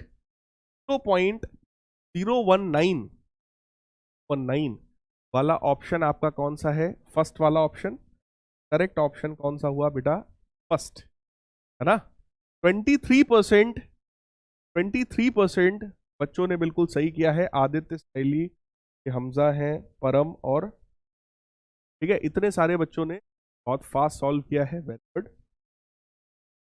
देख लीजिए 0.019 यानी ए ऑप्शन आपका बिल्कुल सही है। ठीक है भाई, कितने लोगों को अब एलआर सर्किट समझ में आ गया भाई? जल्दी से जरा आग लगा दो एक बार कमेंट सेक्शन में, आग लगा दो।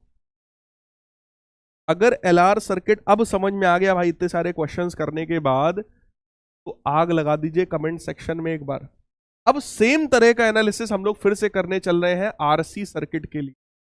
ये रजिस्टर है, ये कैपेसिटर है, एक ऑल्टरनेटिंग करंट का सोर्स लगा हुआ है। We are going to analyse RC circuit. बिल्कुल सेम कॉन्सेप्ट है भाई। ईएमएफ अपने को गिवन है, करंट हमें निकालना है। ठीक, ईएमएफ पता है, करंट हमें निकालना है। अगर करंट मिल जाए तो काम चल जाएगा, है ना। यहां पर सारा एनालिसिस हम लोग करते हैं फेजर के थ्रू। तो आइए पहले हम लोग बनाते हैं फेजर डायग्राम। ठीक, अब किसी भी रजिस्टर के केस में, किसी भी रजिस्टर के केस में बेटा, रजिस्टर के केस में ईएमएफ और करंट दोनों सेम फेज में होते हैं। यहां से करंट निकलेगा, ईएमएफ यानी कि ईआर और current I not same phase में हो गए। ठीक, इसके रिस्पेक्ट में अगर मैं कैपेसिटर की बात करूं, तो कैपेसिटर के केस में करंट आगे होता है, ईएमएफ पीछे होता है ना। तो करंट तो यहां पर दिखाई पड़ रहा है, ईएमएफ पीछे हो जाएगा, यानी कि ईसी 90 डिग्री हो गया। ये फेजर डायग्राम है रजिस्टर और कैपेसिटर का। मैं फिर से बता रहा हूं, ध्यान से सुन लो। रजिस्टर के केस में ईएमएफ और करंट सेम फेज में होते हैं, तो ई आर, इनफैक्ट ये क्या है, this is E naught R, है ना। लेकिन नॉट बार बार लिखते नहीं हम लोग, लिखने में थोड़ा प्रॉब्लम होता है। तो ई आर और आई नॉट दोनों सेम फेज में है। इसके कंपैरिजन में जब कैपेसिटर की बात करेंगे, कैपेसिटर के केस में करंट आगे होता है, करंट आगे है तो बेटा उसका ईएमएफ पीछे है। क्लियर है? अब जरा ध्यान से देखो, इस ई आर और ईसी का रिजल्टेंट है ना ये ई नॉट। कहेंगे सर ई आर और ईसी क्या है? E R is the maximum EMF across resistance and EC is maximum EMF across this capacitor, right. तो अगर मैं आपसे कहूं कि यार इस ई आर और ईसी का वेक्टर सम होना है ई नॉट के बराबर, तो आपको भी वेक्टर करना पड़ेगा, यानी इसके पैरेलल यहां से बनाएंगे और इसके पैरेलल यहां से बनाएंगे, लाइक दिस। बेटा रिजल्टेंट जो होगा, सब लोग ध्यान से देखना, यही होगा resultant. This is E not, और इस ई नॉट का एंगल हमें कितना पता है भैया? ई नॉट का एंगल प्यारे बच्चों कितना पता है हमको? ओमेगा टी के बराबर, राइट। ठीक, इस फेजर डायग्राम को देखकर साफ पता चल रहा है आई नॉट और ई नॉट में कितने का डिफरेंस है? फाई एंगल का डिफरेंस है, राइट। अगर मैं अकॉर्डिंग टू फेजर करंट की वैल्यू लिखूं, तो करंट की वैल्यू कितनी आएगी?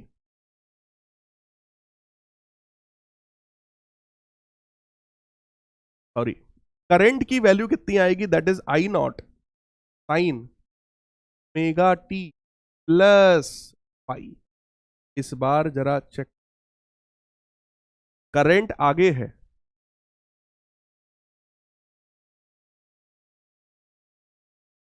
चेक कर लो भाई, करंट आगे है, ईएमएफ पीछे है, तो करंट का एक्सप्रेशन क्या हो जाएगा?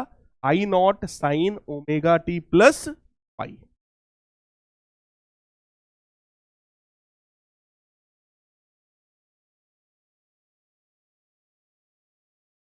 ठीक है भाई। फिर से वही चीज आ गई सर, दो दो चीजें अननोन है, आई नॉट और फाई। तो बेटा बिल्कुल सेम पैटर्न पे ये वाला जो ट्रायंगल है, इस वाले ट्रायंगल में आइए tan फाई लगाते हैं। tan फाई क्या होता है? Perpendicular upon base. परपेंडिकुलर ये है, बेस ये है, ये आपका इसके बराबर है यानी कि ई, और ये ई आर है। तो that will be simply E C divided by E R. E C अगर आप ध्यान से समझ रहे हैं तो that is I naught X C, और ई आर क्या है? I naught R. दोनों कैंसिल हो जाएगा।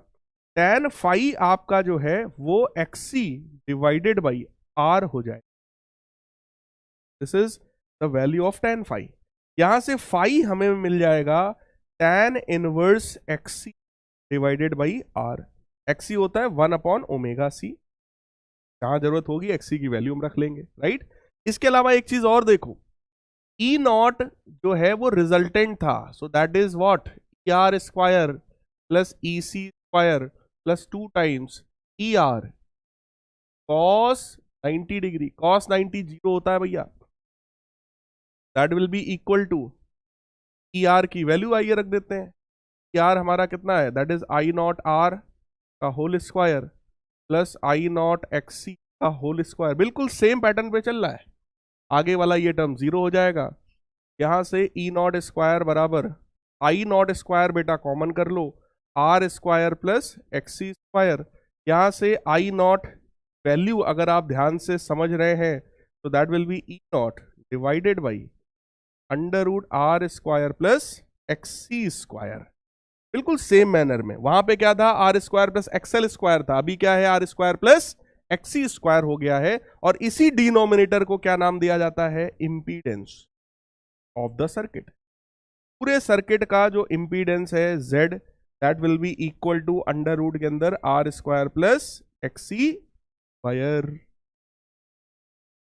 100% सेम टाइप का रिजल्ट बेटा निकल करके आया। तो आई नॉट क्या है? That is E naught divided by Z, right. यहां पर भी अगर मेरे को वही इंपीडेंस वाला ट्रायंगल बनाना है तो फिर से हम लोग बनाएंगे इंपीडेंस ट्रायंगल। ये वाला एंगल बोलो फाई है, this is X C, this is R, and this is the resultant Z, right. जरा चेक कर लो, tan फाई की वैल्यू बेटा, tan फाई की वैल्यू कितनी है? एक्सी बटे आर, है ना। और Z कितना है? Under root R square plus X C square. यहां से भी चेक कर लो, पाइथागोरस से भी सेम ही आएगा। तो ये हो गया हमारा इंपीडेंस ट्रायंगल। क्या आप सभी को समझ में आ गई बात? This is your RC circuit, this is your RC circuit. प्यारे बच्चों, क्वेश्चन पर आ जाओ, क्वेश्चन पर आ जाओ। क्वेश्चन क्या है? What is the value of current in an AC circuit containing R and C in series across 200 volt 50 hertz AC source? कह रहे हैं बेटा करंट की वैल्यू बता दो, और अगर करंट की एक कोई कांस्टेंट वैल्यू है, सोचो आरसी सर्किट है ना, आर भी गिवन है, सी भी गिवन है, आरएमएस वोल्टेज भी गिवन है, और फ्रीक्वेंसी भी गिवन है, ठीक है।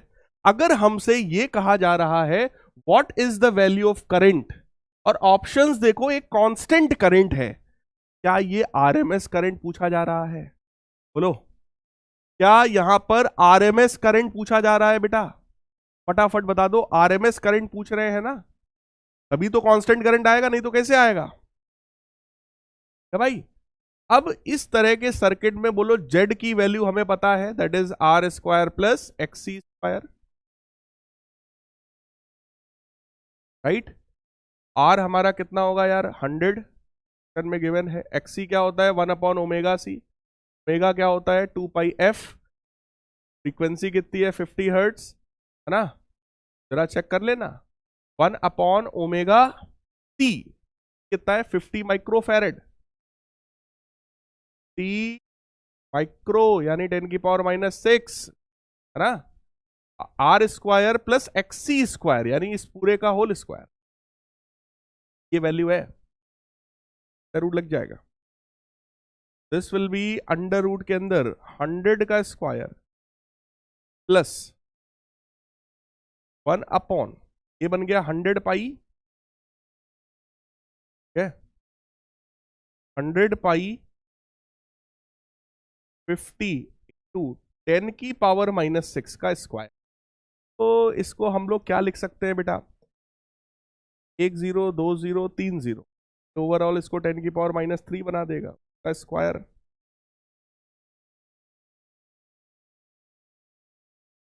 हंड्रेड का स्क्वायर प्लस, अब आइए इसको सॉल्व करते हैं, बनेगा 1 अपॉन, जब स्क्वायर करोगे बेटा बहुत ध्यान से समझना, अच्छा मैं लिख दे रहा हूं, 5 पाई 1 0, ये 3 जीरोज हैं, 10 की पावर -3 बना देगा इसको स्क्वायर, बन जाएगा अंडर रूट के अंदर 10 की पावर 4, ये तुम्हारा बन जाएगा 1 अपॉन 25 पाई स्क्वायर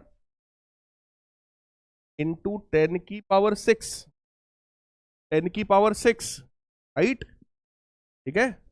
अब कैलकुलेट करना है, देखो इस तरह की कैलकुलेशंस में जनरली बच्चों को प्रॉब्लम आती है ना, इस तरह की कैलकुलेशन में, ओ हो भाई, रेजिस्टेंस की जो वैल्यू है वो 10 ओम गिवन थी, मेरे को यहां से 100 दिखाई पड़ा, मैंने 100 ओम लिख दिया, 100 नहीं है 10 है, ठीक है? ये यहाँ पे 10 होगा भाई, यहाँ भी 10, यहाँ 10, बात है, यहाँ भी 10, ये हो जाएगा बेटा 10 का स्क्वायर, यहाँ भी हो जाएगा 10 का स्क्वायर, यहाँ भी हो जाएगा 10 का स्क्वायर, यहाँ पे हो जाएगा 10 स्क्वायर, राइट, ये वैल्यू है हमारी। और चेक कर ले भाई, और तो नहीं कुछ गलत लिखा है, 2 पाई एफ सी की वैल्यू 50 माइक्रो है, ये भी 100 पाई मैंने लिख दिया, 5 पाई इंटू 10 की पावर -3 है, स्क्वायर करेंगे 10 की पावर 6 बन जाएगा, ये भी सही है, 25 pi square. Now can write it 100 plus, इधर से अगर आप 100 बाहर निकाल लो, इससे आप 100 बाहर निकाल लो, ठीक है, तो 100 अपॉन 25 कितना बन जाएगा, 4 डिवाइडेड बाई पाई स्क्वायर 10 की पावर 4, राइट, क्लियर है। फिलहाल यहां से ओवरऑल समझ लो जेड आएगा, ठीक है, हमसे कह रहे हैं करंट की वैल्यू बता दो, तो अब हम निकाल सकते हैं भाई, आई आर एम एस बराबर क्या हो जाएगा, E R M S divided by Z. E R M S हमें गिवन है बेटा 200, तो 200 डिवाइडेड बाई ये वैल्यू वो भी आए 100 प्लस 4 अपॉन पाई स्क्वायर जो होता है वो लगभग 10 के बराबर होता है, लेकिन 2 10 की पावर 4, राइट, इसको तुम्हें सॉल्व करना है और 90 सेकेंड्स का टाइम दे रहा हूं, ऑप्शन कौन सा सही, सब लोग बेटा सॉल्व करो, आंसर बताओ, फटाफट सॉल्व करो, आंसर बताओ।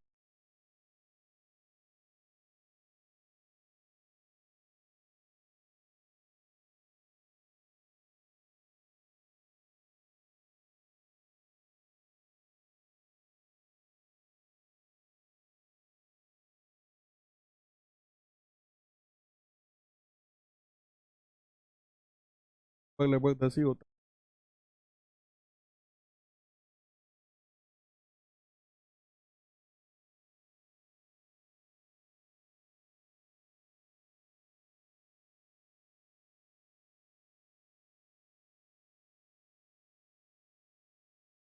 3.2,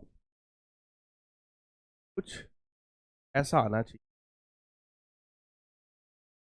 this should be the answer, this should be the answer. अब तो बता ही दिया है भाई, कि आपका बिल्कुल सही जवाब है, 36% बच्चों ने सही किया है, बाकी लोगों ने गलती कर दी है। शिवम, जितेश, हर्ष पांडे, हमजा, परम, बोलो ये समझ में आया कि नहीं आया। देखो अगर कैलकुलेशन ना होती तब कर लेते कि ना कर पाते, यार देखो आप लोग 12th क्लास में हो, मैं इतना मान के चलता हूं कि 12th के बच्चे एटलीस्ट कैलकुलेशन कर सकते हैं। अगर वो भले कोई बच्चा 5 मिनट में कर रहा है, कोई हो सकता है 10 मिनट में कर देगा, लेकिन कैलकुलेट कर लेगा। इतना तो मान सकते हैं ना भाई। कॉन्सेप्ट में तो उसमें कुछ खास है नहीं। इस क्वेश्चन में जेड की वैल्यू एकदम सिंपल होती है भाई, सबको पता है फॉर्मूला। और बस जेड पता चल जाए तो बस करंट निकालना था, ईएमएफ बटे जेड। कर लोगे ना? सही है,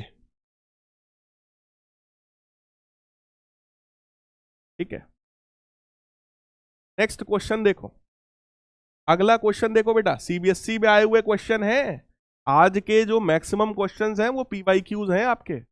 when an alternating voltage of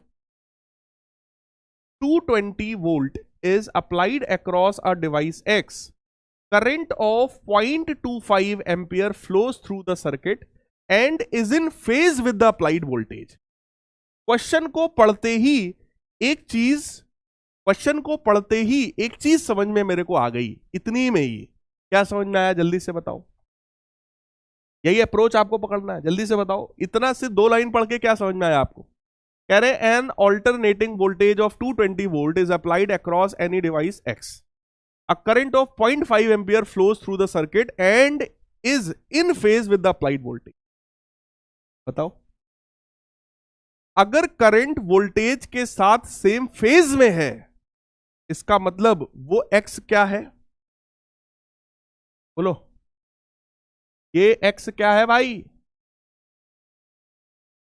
अगर करंट वोल्टेज के साथ सेम फेज में है तो ये एक्स क्या है? Register, right? रजिस्टर। ये 220 वोल्ट आरएमएस है, ये 0.5 भी आरएमएस है, ये बात तुम्हारी ठीक है। लेकिन वो एक्स क्या था? दैट एक्स इज रजिस्टर, ठीक है। When the same voltage is applied across another device Y, कह रहे हैं सेम वोल्टेज जब किसी दूसरे डिवाइस Y पर लगाया गया, same current flows through the circuit. पहली बात, जब दूसरे डिवाइस के साथ यूज किया तो सेम करंट फ्लो हो रहा है। अगर सेम करंट फ्लो हो रहा है बेटा, तो इसका मतलब दोनों का रेजिस्टेंस भी सेम रहा होगा। बोलो यार, क्वेश्चन को पढ़ो, ध्यान से पढ़ो। When the same voltage apply तुम कर रहे हो और सेम करंट फ्लो हो रहा है वाई के साथ, इसका मतलब रेजिस्टेंस ऑफ एक्स बराबर रेजिस्टेंस ऑफ वाई। एक्स का रेजिस्टेंस और वाई का रेजिस्टेंस आपस में क्या हो जाएगा? बराबर हो जाएगा, है ना? Flows through the circuit but it leads the applied voltage by pi by 2। कह रहे करंट जो है वो वोल्टेज से आगे है, वो भी पाई बाई 2 है। क्या ये वाई कैपेसिटर हो गया? क्या ये वाई कैपेसिटर हो गया बेटा?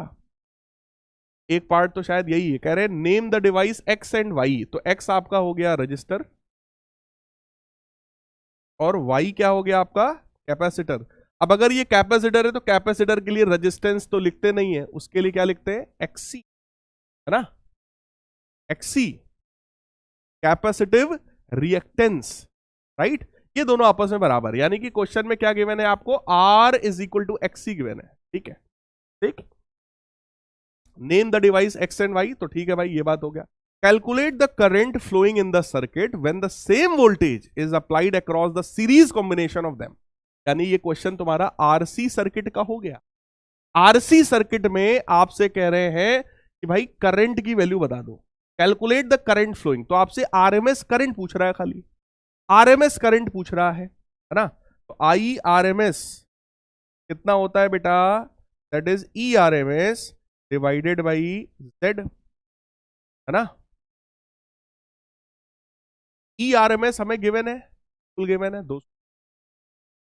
220 वोल्ट हमें पता है, डिवाइडेड बाई जेड कितना होता है? आरसी सर्किट में जेड होता है, बोलो, अंडर रूट के अंदर R square plus X C square. और क्वेश्चन में क्योंकि बोल रहे हैं आर और एक्सी दोनों आपस में कैसा है? बराबर है ना? अगर ये दोनों आपस में बराबर है तो it will become 220 divided by twice, है ना? अब देखो हमें क्या पता है यहां पर, अगर रजिस्टर है, रजिस्टर में बेटा आरएमएस वैल्यू पता है, हमें करंट पता है। क्या रजिस्टर के लिए ऐसा लिख सकते हो? ई आर एम एस बराबर I R M S into R. तो ई आर एम एस कितना है बेटा? 220 वोल्ट। करंट कितना है? 0.5 एम्पियर। रेजिस्टेंस यहां से मिल जाएगा तुम्हें। रेजिस्टेंस कितना मिलेगा? 220 बटे 0.5। वैल्यू आ जाएगी कितनी? 440 ओम। ये रेजिस्टेंस है और यही एक्सी भी है। दोनों की वैल्यू 440 है। 440 का स्क्वायर, 440 का स्क्वायर, क्या ये 2 टाइम्स 440 का स्क्वायर हो जाएगा बेटा। भाई आर और एक्सी दोनों आपस में बराबर हैं, तो R square plus X C square करोगे 2r स्क्वायर बन जाएगा, है ना। 2 टाइम्स 440 का होल स्क्वायर। तो ये तुम्हारी वैल्यू आ गई 220 डिवाइडेड बाई 440 का स्क्वायर है, स्क्वायर रूट से बाहर निकालोगे 440 बाहर आएगा, रूट 2। ये कैंसिल होगा, 2 आएगा, यानी 1/2 under root 2। This is the value of IRMS। Solve हो गया भाई। 45 सेकेंड्स है, आंसर कर दो नालायकों, अब तो कर दो। सॉल्व हो गया। 1/2 अंडर रूट 2। जल्दी से बताओ इनमें से कौन सा होगा?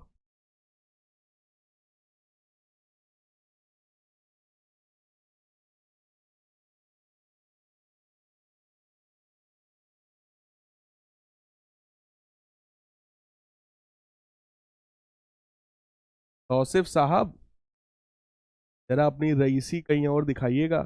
गलत बात है जो आप कमेंट में कर रहे हैं, दिस नॉट गुड।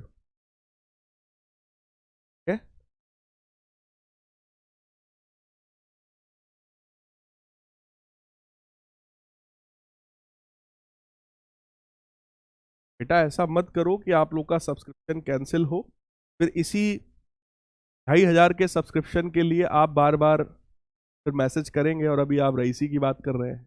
गलत बात है। 1/2 अंडर रूट 2 क्या? 2 होता है 1.414 मल्टीप्लाइड बाई 2 का रेडिकल, तो 1.235 यानी 0.5 जैसा, तो फिर क्लोजेस्ट आंसर हमारा राइट। पॉइंट क्या हुआ अभी? मैंने 1/2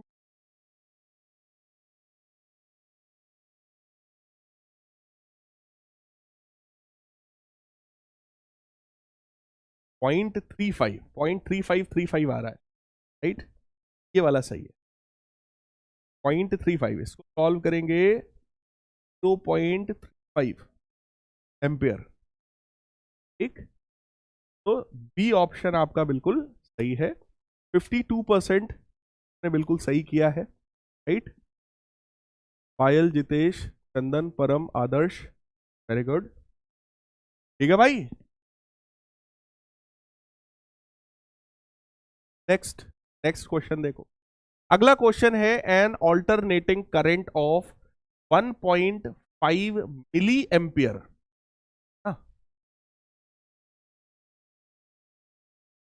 alternating current of 1.5 milli ampere and, ठीक है, आरएमएस वैल्यू है, and angular frequency omega, omega given है, flows through 10 kilo ohm resistor and 0.5 microfarad capacitor in series. Series में है, आरसी सर्किट है। Calculate the value of RMS voltage across the capacitor and impedance of the circuit. यानी कि आपको RMS voltage कह रहे हैं कैपेसिटर के अक्रॉस, यानी जिसको अभी तक हम ईसी बोलते थे, आपको वो निकालना है, राइट। ई आरएमएस मतलब कैपेसिटर के अक्रॉस ऐसा, ये तुम्हें निकालना है। आरएमएस वैल्यू निकालनी है ईएमएफ की कैपेसिटर के अक्रॉस, और सर्किट का इंपीडेंस यानी कि जेड भी आपको निकालना है। ये दो चीजें निकालनी है, ठीक है। फटाफट करिएगा, 2 मिनट का समय आपको दे रहा हूं, सब अटेम्प्ट करो बेटा, अटेम्प्ट करिए सभी लोग।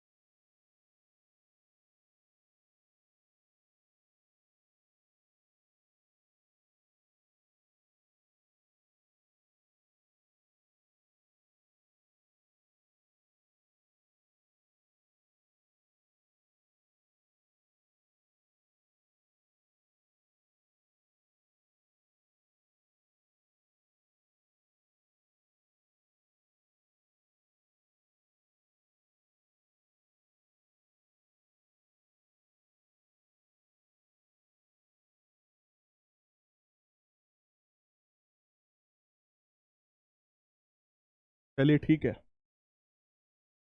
तो ERMS हम लोग को निकालना है। ऑल्टरनेटिंग करंट हमें गिवन था, IRMS पता था, that is 1.5 D ampere. Mega बेटा पता है 100 रेडियन पर सेकेंड। आपको R गिवन है, आपको C गिवन है। RMS वोल्टेज आपको निकालना था कैपेसिटर के अक्रॉस।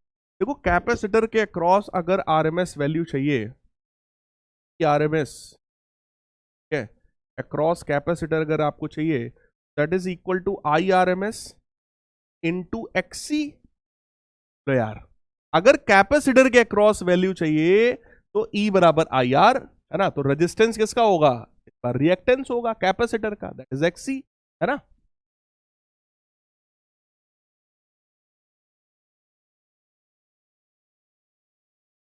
तौसीफ साहब क्यों बेटा मजबूर कर रहे हो है? RMS यही हम लोग को निकालना है, ठीक है। करंट की RMS वैल्यू कितनी है, 1.5 मिली एम्पियर, यानी 10 की पावर माइनस। XC जो होता है that is 1 upon omega C। Omega बेटा 100 के बराबर है और C हमें गिवन है दैट इज 0.50 माइक्रो, यानी 10 की पावर माइनस 6 के बराबर, राइट। जरा यार चेक कर लो, देखो ये 2 जीरो, एक कमी पड़ेगी कोई बात नहीं। 1.5, अगर 0.5 और 1.5 को देखें तो ये इसको कैंसिल करेगा, 3 आएगा, right. This is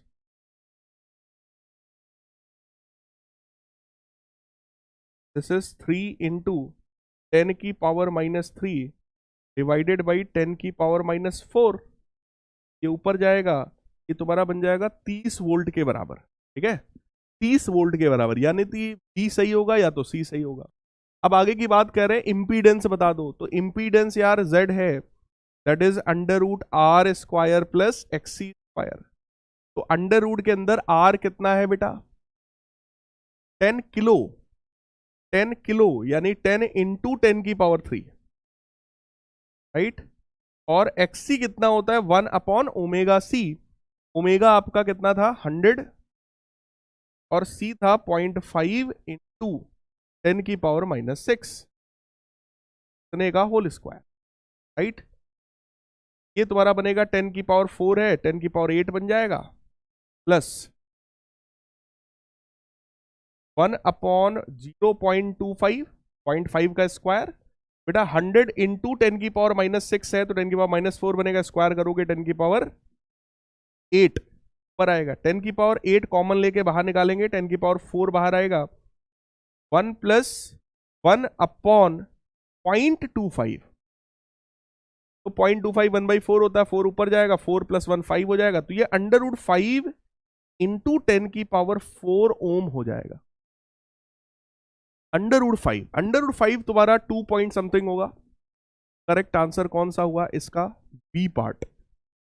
correct answer कौन सा हुआ, बी पार्ट। 40% बच्चों का बिल्कुल सही है ना। हाँ, आदित्य, आतिफ, रोहित और शिवम, वेरी गुड। समझ आ रहा है भाई,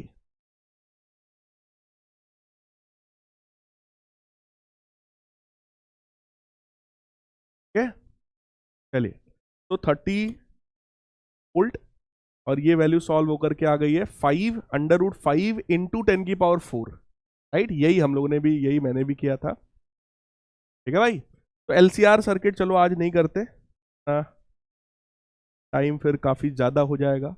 होमवर्क में एक क्वेश्चन मैंने आपको दिया, देखो जितने भी क्वेश्चन मैं आपके लिए होमवर्क में लेकर के यहां पर आता हूं, that all are selected questions, और इसीलिए आपको यहां पर सोल्यूशन भी मैं दे देता हूं, ठीक है। तो ईमानदारी से क्वेश्चंस को अटेम्प्ट करना। दूसरा क्वेश्चन आपका ये रहा, ठीक है। तीसरा क्वेश्चन आपका ये रहा, राइट। और यही 3 क्वेश्चंस प्यारे बच्चों आपको होमवर्क में करना है, राइट। हाँ, आज की क्लास में भाई सबसे आगे कौन है, उत्कर्ष राठी हैं, मनीषा, स्नेहा, गरिमा पांडे, ये बातला साहब हैं, कंचन हैं, आदित्य हैं, सुप्रिया, आर्यन और सपना। ये इतने बच्चे हैं जिन्होंने 7 में से 7 क्वेश्चन, सारे के सारे क्वेश्चंस को सही सॉल्व किया है, फास्ट भी सॉल्व किया है। Very good. तो प्यारे बच्चों, हम लोग अब मिलेंगे अपनी नेक्स्ट क्लास में। कल उम्मीद करता हूँ आपकी क्लास है ना? कल है आपकी क्लास, क्योंकि मेरे पास अभी फिलहाल ऐसी कोई सूचना नहीं है कि आपकी कल छुट्टी है। तो कल कोई छुट्टी नहीं है, कल टीचर्स डे है, तो टीचर को आराम मिलना चाहिए। नालायकों, तुम लोग आराम करोगे हैं? तो कल की क्लास होगी, कल हम लोग आगे बढ़ेंगे और एलसीआर सर्किट के बारे में पढ़ाई करेंगे। राइट, मिलते हैं प्यारे बच्चों कल की क्लास में। तब तक के लिए गुड बाय, टेक केयर। तोड़ मेहनत करते रहिए, तो आप लोग चैट में करते हो भाई, थोड़ा आगे बढ़ो इससे, हाँ बस आगे बढ़ो और पढ़ाई करो यार। आखिरी 4 महीने रह गए हैं तुम्हारे पास, बहुत समय नहीं है बेटा आप लोग के पास। राइट, ठीक है भाई, मिलते हैं नेक्स्ट क्लास में। Bye, take care.